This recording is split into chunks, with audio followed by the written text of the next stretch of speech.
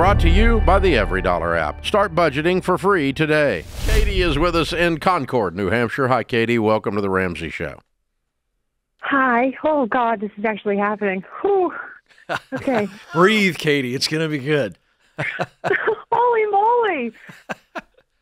What's up? How can we help? I'm overwhelmed with gratitude. This is crazy. Okay. Oh. First, I need to thank you for everything. Thank you. How can we help? Okay, Dave, you have to promise not to yell at me. My boyfriend and I have combined all of our debt and our bank accounts, and we are gazelle intense on our debt. Mm-hmm. We have about $89,000 left. We have smashed out all the credit cards. There's no more credit card debt, which is very freeing. So now we're working on student loan and auto loan. But my question is, my family and I have recently joined a church that, my children and I were baptized in. And every month, we have our budget meeting, and I'm the planner. And he gets to change my plan, which I don't really like very much. But my question is, every month after month after month, the church column is a bunch of zeros because I feel like I don't really have anything to give. And I want to be able to give the 10% of our income is... When are you getting married? Ask him. I've actually had this conversation with him. I've actually been married twice before. Mm-hmm. So in his... How long have you been dating? We've been dating for over a year. Okay. Right. If you're willing to completely combine your finances, you should never do that unless you're married. Yeah. And then you should do it immediately. But this is very dangerous for you. Very vulnerable. Yeah.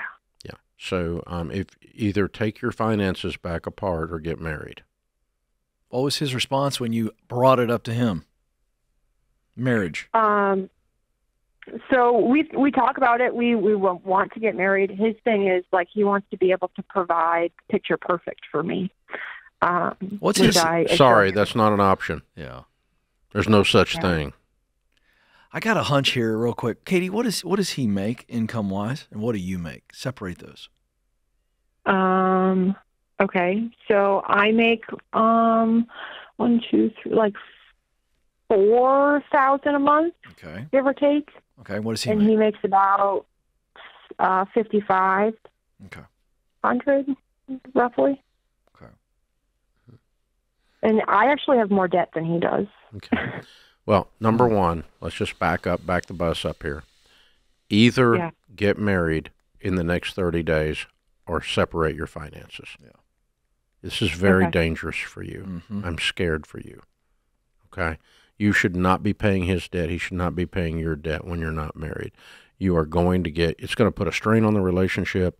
Something's going to blow up, and one of you is going to get left at an unfair disadvantage due to this broken system that you should not be using. I'm not yelling at you. I just want good for you. I love you. I want you to win. Then once you've made the decision to either separate your finances or combine them because you're getting married immediately, not next year, okay? Then, I mean, this is not something you need to plan for 2 years. Painter, get off the ladder. And then, then once you decide all that, then we can come to your question. How do we put, you've just started attending church, how do you put church in the budget? Well, you don't put church in the budget. You put God and generosity in the budget. And for those of us that are evangelical Christians, the first stage of baseline generosity is 1/10 of our income going to the local church. But that is an act of worship. That's an act of not trying to buy God's favor. He doesn't need your money. He says to do this because he wants to turn you into a generous person, because generous people are much better children. And you and I are better children of God when we are generous. And so he's trying to turn us into that, and that's what the tithe was established for. It's not established as a rule. It's not established as a shaming mechanism by religious zealots. It's established as a method of teaching us the power of generosity when it's a regular rhythm in our lives. And so were I you, I would live on 90% of my income and be giving a tenth of my income to my local church if I'm a person of faith. That's not a condemnation, but it's what I have done for 40 years, and it's worked really, really well for me. And there's no guarantee you're not going to have bad times. There's no guarantee of anything. It's just an act of generosity, and it's teaching us the rhythm of generosity, a baseline start. And I was in a church when I was going bankrupt, Katie, in my 20s as a baby Christian, and there were people there that would say things like, well, you know, God protects you if you tithe. And I went, missed that part. Went bankrupt. I missed that. Well, and then I had one old blue-haired lady say, well, you just didn't have enough faith. And I said, honey, I didn't have anything left but faith. They took everything else. Mm-hmm. Yeah. So, I mean, come on. Yeah. So, broken doctrine, broken theology. Mm-hmm. And so you can get twisted up in all that toxic garbage, or you can just say, hey, I'm going to live life with an open hand, and I'm going to be a generous person, because generous people smile more. Generous people are less often depressed. Generous people are better at relationships, because who wants to be in a relationship with a selfish person?